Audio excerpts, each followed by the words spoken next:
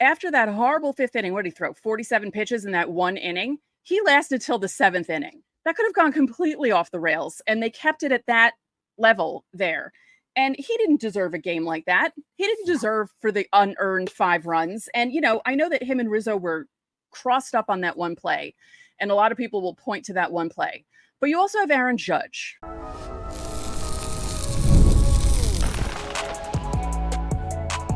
You are Locked On Yankees, your daily New York Yankees podcast.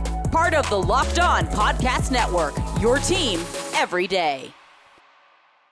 Welcome to Locked On Yankees, which is part of the Locked On Podcast Network, your team every day. Thank you for making us your first listen every day. I'm Stacey Gotsoulias. You can start the season with a big return on FanDuel. New customers can place a $5 bet, and you'll get started with $150 in bonus bets if you win your first $5 bet. Visit FanDuel.com to get started. With me, as usual, my co-host, Brian McKeon. There he is. Brian, did you enjoy the long weekend that we had?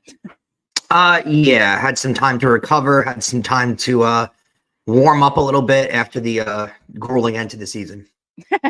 Before we get started, don't forget, subscribe to Locked On Yankees on whichever podcasting platform you prefer. Subscribe to our channel on YouTube, like our videos, hit the bell so you're notified when our videos go live.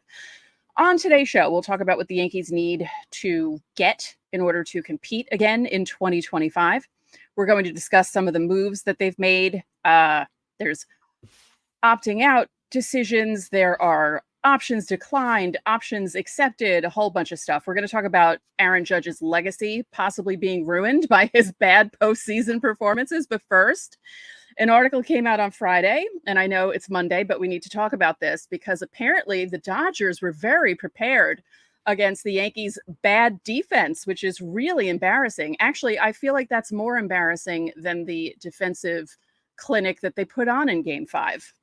Yeah, I read this not necessarily knowing whether the Dodgers were preparing specifically for it or they just their way they play the game just highlights how bad the Yankees are on defense. The Dodgers are one of these teams that takes advantage of every inch you can give them. There's nothing sacrificed in their game. If you give them an inch, they will take 10 miles. And that's what good baseball teams do, right? They're very heads up. They're smart on the base paths. They know when to take the extra base. You saw it. You see it throughout the entire year.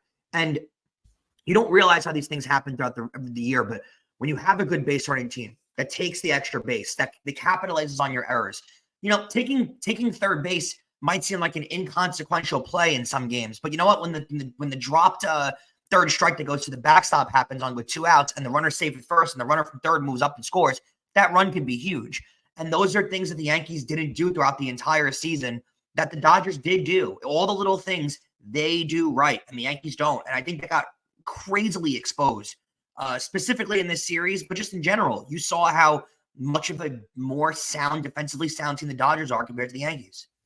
Yeah, because in all other facets, the Yankees were actually better than the Dodgers in most cases, except for batting average. But when it comes to pitching, and when it comes to base running in regards with stolen bases and stuff, the Yankees actually were better than the Dodgers, but the Dodgers capitalized on mental mistakes by the Yankees. I mean, that entire fifth inning was just a microcosm of the season and what screwed with the Yankees while they were playing in the regular season. And for it to be exposed in that way on such a big stage in such an important game, you wonder if that will do anything to change the philosophy around the team, because how many times can you be humiliated on the national stage for playing like little leaguers and not do something about it? You know how everybody says, how can you not get romantic about baseball? I think the fifth inning, in a weird way, let's, for all intents and purposes, I know that they took a lead after the fifth inning, but for all intents and purposes, that ended their season, the fifth inning. That is the most romantic way for the Yankees season to end. That is the most romance-driven way that their season can end, because it was a microcosm, like you said. It was an example of how their entire season went: bad errors, bad decisions, not being focused. A lot of things that I think, I'll repeat this and we'll repeat this all year. Not that it'll change by April, but all things that fall on the manager. Not being focused, not being ready, not being engaged in a big moment. Those are all, let's be honest for a second, because when you watch that the 2018 Yankees, that team that won 103 games, the 2019 team, all these teams that won 100 plus games were great teams. They all won 90 plus games. All these teams really could have won the 95 plus games with a garbage pail running the team. They were loaded with talent, great pitching. Judge was going to hit his 50 home runs. There wasn't a lot missing from those teams. Anyone could have won those games. The manager's job with teams like that, what made Dusty Baker so great for the Astros? You have to keep the egos in check, the locker room in check. You have to keep these guys focused on a daily. Specifically, it's what I feel like Rob Thompson struggled with this year with the Phillies, right? How the Phillies got to this point in the year where they started off the year so hot, when they're so ready for baseball to start, and they win all these games in April and May. And then all of a sudden they have this slump where they're not bad, but they play 500 the ball the rest of the year, even though they're one of the best teams in the league, because they're just not as focused, Stacey. They're just not as – they know they're going to the postseason, so they're just whatever. They're just running through the motions from the last 3 months of the season. But the problem with that is once the postseason starts, you're not going to just turn it off and be in a different mode. You're not going to turn it off. You're going to be playing in that same 500 baseball mode. And that's what winds up, having you lose to the Mets in 4 games. And you turn it around to the Yankees, it's the same thing, except the Yankees were playing like a 110-win team when they weren't that. And they were just lackadaisical, going through the motions. And that's what you wound up seeing from them throughout the postseason, really, throughout the regular season. They weren't focused. And that is part of what the manager has to do. They have the talent, the Yankees, but not being focused, mental mistakes, bad errors, specifically bad base running. Those are all, these guys know how to run the bases. These guys know how to field. These guys know what the right base to go to in situations is. They don't need to be taught that kind of stuff. They've been playing high-level baseball since they were all, 14 years old. They all know how to make those smart plays. They're not focused and in the game. And, people want to complain about Gleyber Torres a lot. How Gleyber Torres isn't focused. He's a lazy ball player and this and that and the other. And then we all fell in love with Gleyber Torres at the end of the season this year, right? Because he was hitting really well and he was playing great and everything like that. But at the end of the day, Stacey, the reason why Gleyber Torres bothers people is because he seems like he's so lazy out on the field. He's not making the heads-up play. He's not focused all the time. Who does that land on? Who's supposed to get on Gleyber Torres' butt? Who's supposed to get on his case when he makes bad plays? And that never changed with Gleyber Torres. So, all these things go about, but, say what you want. Dave Roberts is on his players about making plays like that. And when did the Dodgers make basic mistakes like that? Right. Let's be clear. The Yankees shot themselves in the foot in the World Series. They had a chance to only be down 3-2, losing Game 5, right? And that's what bothers me the most about this, is that if it weren't for their mental mistakes, if it weren't for their manager doing something really stupid in the first game, this series could have gone to 6 or 7 in a competitive way, instead of them having to win Game 5 to get it to LA because they were down 0-3. And it's just so annoying to know that how do I say this? They lost the World Series. Yep. They lost I completely agree. The World Series. There's a big difference when you say that, because they lost it by playing just awful baseball. It was awful baseball watching them. Give credit to the Dodgers a little bit, even though the Yankees did play terrible and they lost. I agree with you completely. They capitalized on the mistakes, but exactly. Why were that's what it was. Like, you know what I mean? But good teams do that. Good teams. Yeah, but the capitalize Dodgers on those were. mistakes. But that's the thing that drives me crazy. They weren't that much better than the Yankees, and if the Yankees just played baseball a little bit better, they could have won the series. And that's what's frustrating about this. And I don't like that nothing's going to be done. Nope. Nothing's going to happen. Nothing's going to happen. Nothing happened after the ALCS sweep 2 years ago. Nothing's going to happen after this because, they made the World Series. The part of the game, or the part of the series that should be shown, is the 5th inning. The mistakes that were made, the fact that no one went out to calm Cole down to kind of like get him okay. Now, give Cole credit. After that horrible 5th inning, what did he throw? 47 pitches in that one inning. He lasted till the 7th inning. I mean, what a performance by him. He went 2 more innings. That could have gone completely off the rails, and they kept it at that level there. And he didn't deserve a game like that. He didn't deserve for the unearned 5 runs. And, I know that him and Rizzo were crossed up on that one play. And a lot of people will point to that one play. But you also have Aaron Judge. How do you take your eyes off that ball and miss it like that? He looked like a kid who was just learning how to play center field and trying to catch a ball. And it's not even just the fact that he was basically dead in the water for the first 3 games of that series and then suddenly woke up. If Aaron Judge was performing, if he was performing normally in those first few games of the World Series, we could have been at a Yankees parade this weekend if Aaron Judge was Aaron Judge of the regular season in the playoffs. And is this going to ruin his legacy? It's interesting that you say that because, every time you talk about Aaron Judge's legacy, it almost, it feels like at this point with all the MVPs and all the great seasons, right? Like, how is he not going to wind up in Monument Park at this point? Multiple 50 home run seasons, multiple MVPs. It's not a long list of Yankees that have done that. And the names that are on that list are first ballot Hall of Famers. But the one thing all those guys that are on that list already have in common is world championships. And not only that they have world championships, they all performed in the world championship. They're all the main reason why they won the World Series. Mickey Mantle and Babe Ruth performed in those World Series. They're the reason why they won those World Series. So him performing this way is so damning. I'll say this. He goes out and wins him a World Series, changes the whole narrative, but you don't know when you're going to get there. I mean, look how good the Dodgers have been the last, decade. How good the Dodgers have been. And Stacey, this is their first, other than the Mickey Mouse title that everyone calls it in the COVID year. This is their first real championship. And every year they win 100+ games. So it's no guarantee. It really isn't. And even though his bat picked it up once they got back to the Bronx, really game 4, his bat picked it up. That was too little too late.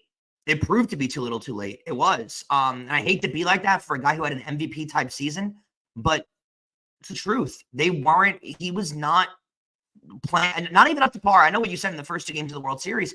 The first 2 series of the playoffs, he wasn't good either. He had the one big home run off Clase in the Cleveland series, and he had the big home run against the Royals.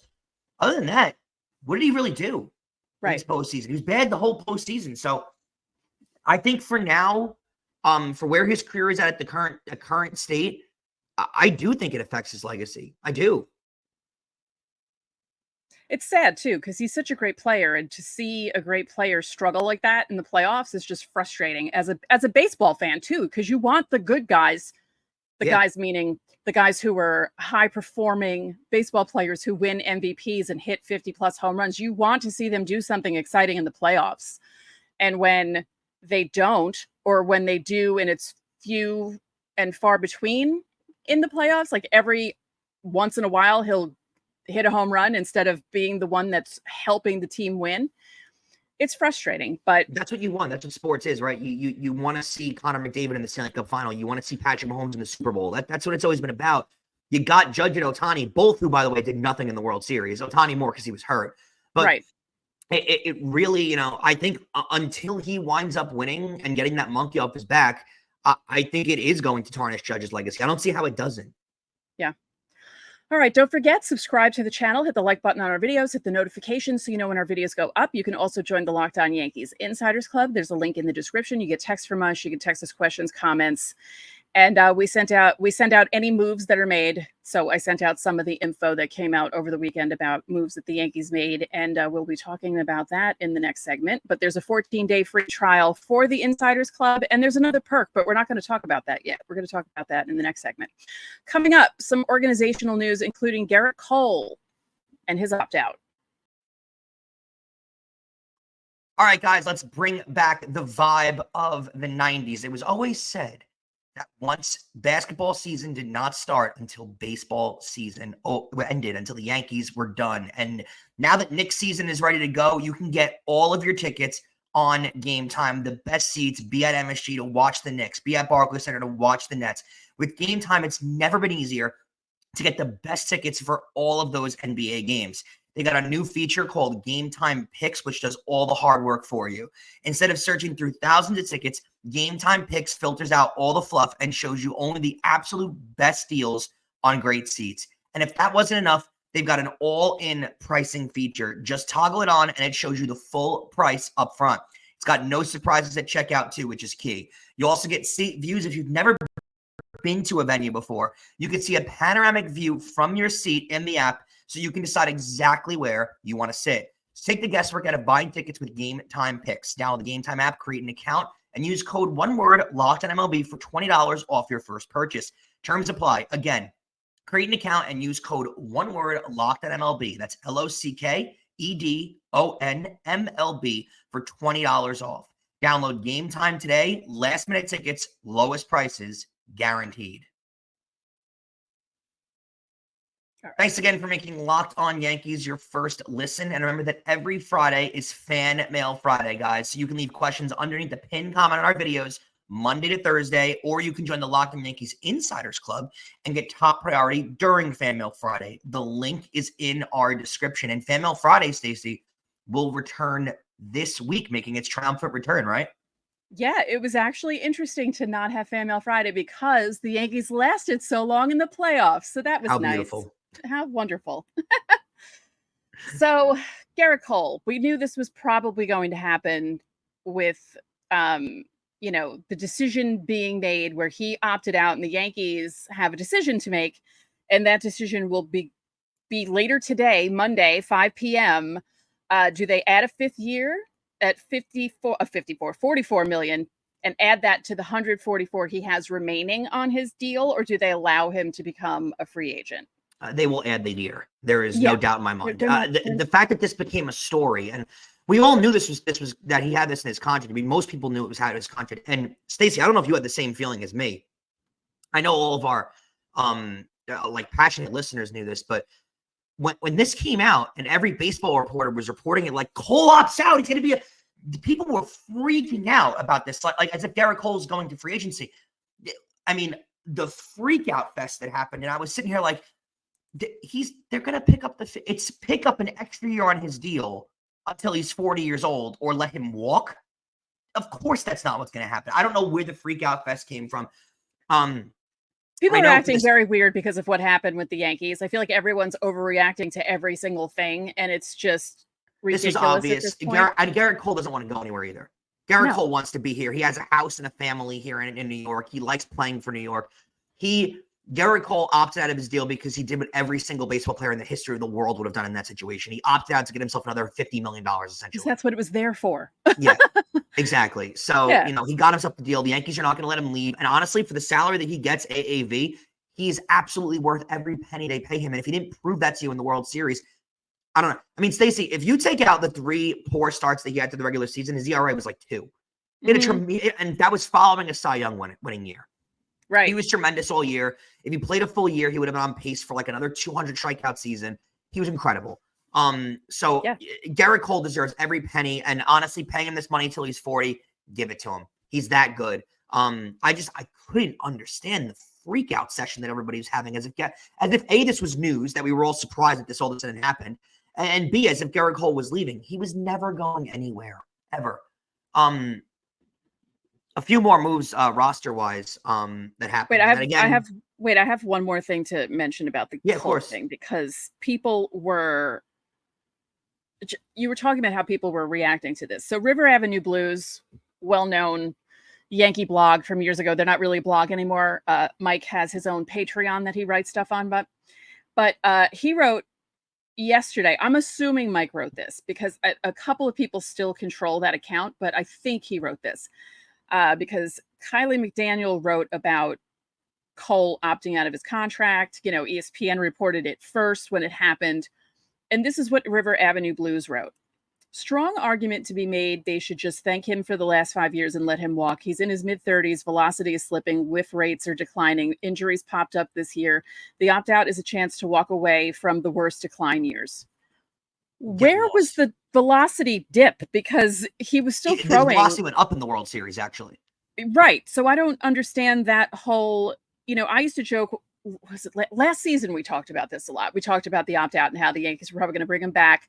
And I always envisioned Cole becoming like a right-handed, like CC Sabathia when he became like crafty in his later years, maybe becoming like a right-handed Andy Pettit, where you could pitch until your early 40s and still be at the top of your game because you become more of a pitcher instead of a thrower. And I think Gerrit Cole is smart enough to do that. And I think letting him go would be the dumbest thing ever because he's not going to decline like other people. Maybe he turns into another Verlander and Scherzer who can pitch until they're late 30s, early 40s. Example, that's a great point because the example of pitchers pitching well into their late 30s is far out there. It's clearly out there. Verlander, Scherzer, and Cole's buddies with all those guys too. So if you don't think they share things about their career, just because Verlander is an Astro doesn't mean he doesn't share things with Cole. So these guys share stuff about how to create more longevity in your career. And I agree with you. Cole already has elements of his game, right? Like he's already developed his cutter really well. And what makes Gerrit Cole one of the best pitchers in baseball is the fact that Gerrit Cole has the power, but also pitches. Right. He also can locate. He's not just a power guy who just tries to throw it by you. He dots the outside. He dots the outside corner when he needs to, and he elevates the ball when he needs to, and he knows how to pitch. And I think he's going to be one of those guys who, when the velocity dips, he still is able to pitch. Yeah. Yes. Was the injury scary? Of course, because he was coming off a Cy Young year. You were thinking, oh man, okay. So we get Gerrit Cole coming off his Cy Young year. You get Juan Soto for the year. This is going to be amazing. And then he misses the first 2 months. But what happens in those first 2 months? The Yankees play over their heads and insane for him to come back and work through some things because he had some scary starts. But what did we say in segment 1? After that 5th inning, when he threw almost 50 pitches in that 5th inning, he still lasted till the 7th inning. Yep. In that game. That's why you pay him. That's why you want Gerrit Cole back because he's a bulldog. Who else is doing that? Who else is doing that? Like what other pitchers in the league are doing that? Not many. He's also like, again, I've hated this narrative for a while, but let's explore it for the sake of the show. The narrative out there that he was a poor postseason performer was absolutely ridiculous. He had the one bad start against Boston, and that was literally it. That was the only bad playoff start he's had. He was also on a bum hamstring. Why do people forget that? He was hurt when that start happened, and they made him, like, he wanted to pitch, which, okay, but they allowed him to pitch when he wasn't 100% healthy. Of course he was going to have a horrible start. Yeah, and he's your playoff. He was your ace at that point. You had to pitch him. All of these points made no sense to me. Again, the River Avenue, they can say what they want about bad contracts and everything like that. That's fine. He's not going anywhere. The Yankees would be crazy to not take this out. And they're going to. There's no way they won't. You need an ace pitcher. You do. Like, it's been proven. You're not going to win in this sport without that. Yeah. So we're going to move the other moves that the Yankees made into segment 3 because there were some not surprising, some not surprising, and some exciting because it's that time of year when we find out whose options are picked up and whose aren't. Get ready to tackle the NFL action with FanDuel. It's America's #1 sportsbook because right now new customers can bet $5 and get $150 in bonus bets if you win. The FanDuel Sportsbook app gives you everything you need to place live bets on the NFL all in one place.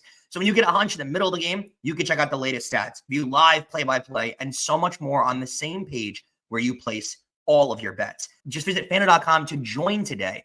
You'll get started with $150 in bonus bets, and if you win your first $5 bet, you get that bonus. That's FanDuel.com. Never waste a hunch and make every moment more with FanDuel. It's the official sportsbook partner of the NFL. All right, Stacey, before we get out of here, some options the Yankees made that, to me, were not particularly surprising, but understood them. And yes, they are hard moves to make, but this is what good teams do and good organizations do. First off, they declined the $17 million option on Anthony Rizzo. He becomes a free agent. I think the writing is sort of on the wall that Rizzo's going to wind up retiring anyway. I don't think he's going to return to baseball. I think the injuries have caught up to him. Sad, sure. Do we know he wants to return? Absolutely. But they couldn't legitimately bring him back for that price. No, it's too much. They need someone else to play first base. They're going to have to, rejigger the roster and maybe try and play people in their proper positions in 2025, which we'll talk about in the second part of this segment. They brought back Luke Weaver. They picked up his option for 2025, obviously, after the performance that he gave them in the playoffs and even down the stretch. He literally came out of nowhere at 31 And years old. it's for $1.5 million. I mean, I mean, there of a better course, deal in that's sports? pocket change for the Yankees. That's nothing. Yeah. That is like, Even if he doesn't stick it out as your closer, if he's just a reliever next year, a damn yeah. good one at that, like you take that easy. That's a great salary. Oh, yeah, definitely. They also declined the 2025 club option for Lou Trivino. What a waste of a trade that was, because he really didn't do, and not through any fault of his own. It was injuries, Tommy John happened, and, sometimes it happens. But some of those moves that Brian Cashman made a couple seasons ago where you thought they were going to be okay did not pan out at all. No, this is what happens, though. I mean, this is the clerical work that had to be done towards the end of the season. That $17 million option on Rizzo, again, I saw a lot of people being a little upset about that online and stuff. I know Rizzo's a good guy. I think he's a great guy too. I'm sure he's fun. He hosts a great dinner party, but it doesn't have to do with him being on the team. He's not a performer anymore. And it's sad to see the way his career ended. I think he loved being a Yankee, but I don't expect anyone to pick up Rizzo. I think Rizzo's going to wind up retiring, to be quite honest with you. Yeah, that's probably what's going to happen. So, let's just briefly talk about this, like just quickly, because we're going to talk about this more in depth when the offseason rolls on, because we're still 5 days a week until probably mid-December. And, we're going to need things to talk about until mid-December, because nothing really happens from now until the winter meetings. And then even then, a lot of times nothing happens during the winter meetings, unless, Brian Cashman flips out on reporters again during the GM meetings. Like that could happen, which would be fun because we would get to cover that. So in order to compete again in 2025, these are the things that I put down, and I want to hear what your thoughts are. I said they need to sign Juan Soto, obviously. Bingo. They also need to move him out of right field, move Judge back to right field, and get a left fielder. Now, they could move Jazz Chisholm to center field because he has experience playing there. They could put Dominguez in left field and not get a left fielder and just finally play Dominguez, which would be nice, instead of jerking him around. And for the love of God, do not bring back Alex Verdugo. Those are just a few of my suggestions. Where do you want to play Juan Soto if you move Judge out of center? First. Like Bryce Harper. Yeah, I mean, I don't know if Juan Soto is known as the fielder that Bryce Harper is. I know. And it's kind of hard to just move him to a different position. I don't hate the idea, though. And I'm sure Juan Soto, I don't know if he'd be open to that going into a brand new contract, but I don't hate the idea. The argument of moving guys to positions is tough, though, in baseball, because I think a lot of people look at it like Little League of like, oh, you can play center and then you can go play first. There's so much intricacy to the position. They'd have but to here's bring the thing, Juan Soto is 26 years old, right? He turned 26 years old a week ago. He has time to play around and figure out what to do, because Judge is out of position at center field. There's going to be wear and tear on his body if he's covering center field. He's better off in one of the corner positions, and right field was where he was. I think he should go back to being a right fielder. Juan Soto obviously has issues. If a ball's not hit right to him, he has a little bit of a problem playing in right field. So you also don't want to put him in left if the Yankees sign him, because left field at Yankee Stadium is notoriously tough. You could put Jason Dominguez there, and now that he has a little bit of experience and he can work on that all spring training, because the sun is just as bad in Tampa as it would be in Yankee Stadium in the middle of summer. So if they can, work him out in left field, maybe they do that. But Soto might be an issue. I think I would continue to develop Dominguez in center field and look for a left fielder. It's easier, left field is difficult to play in Yankee Stadium, but it's easier to find left fielders in the open market year by year than it is to find center fielders, especially good ones. If Dominguez is going to be a guy that you hope is here for the next 10, 15 years, I think you look more towards developing there. Judge I think he's a really, really good center fielder, and he's a great fielder. Here's the problem, though. To your point, his body will break down over the years playing center field. It just will. The amount of traction on your legs, the diving, the going into gaps, it breaks your body down. And the fact that he hasn't won a Gold Glove yet is abjectly insane, because he's a terrific right fielder and he's never won a Gold Glove. But I'd agree with you. Like, he needs to continue his career in right field, and then you figure out what to do with Soto. I mean, I don't hate the first base move. I would debate moving him to left. Dominguez needs to be on this roster in opening day. He needs to play every single day. We know that he has major league talent. Like, I understand keeping guys in AAA when you don't know if they have the major league talent yet. You still need them to develop a little bit. Dominguez came up last year, hit 7 home runs. Okay, like we know he can play at the major league level. We don't need to see more if he can play. And 6 of those home runs were with a torn UCL. Yes, like we know that he can play at this level, so he doesn't need more development in AAA. Also, like side note, every time Dominguez is down in AAA, he hits the bleep out of the ball. He hits 380 with like 9 home runs in a week. He doesn't need. He needs to see major league pitching. That's what he needs to do. So he better be on the open day roster. And I'd agree with you too. For the love of God, I don't care if Alex Verdugo is buddies with Aaron Judge. I don't care if he got a Yankee tattoo. I don't care if he has really cool chains. He should not be on the Yankees roster next year. Let some middling team in the middle of the country, like the Reds, take him or the Brewers take him and let him hit 224 with them. I don't need to see Alex Verdugo on this team anymore. He was not a tremendous. Everyone bragged about his fielding coming in. He was a very decent left fielder. I'll say he was good. He was not this tremendous otherworldly. You play him and deal with the hitting because the pitching is because the fielding is so good. He's not one of those players. I would expect a player to be brought back. That's not being mentioned here, but I would hate this. Trent Grisham, just as like a replacement outfielder or a fourth guy. I'd rather that. He did show a little bit of a flair for the dramatic this year, and besides that, is a really solid fielder, can be rotated in and playing a little bit. That's a guy that I'd explore bringing back. But Verdugo, I agree with you. I want no part of that. Also, one quick thing. If they don't bring Gleyber back, does Jazz go back to second base?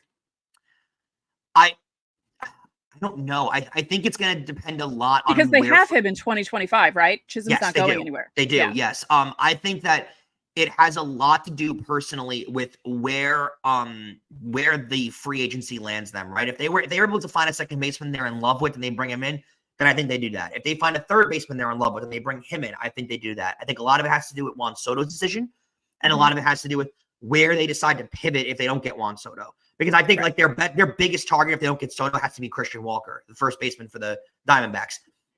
They have to be, and we'll discuss that plenty throughout the offseason. Don't worry.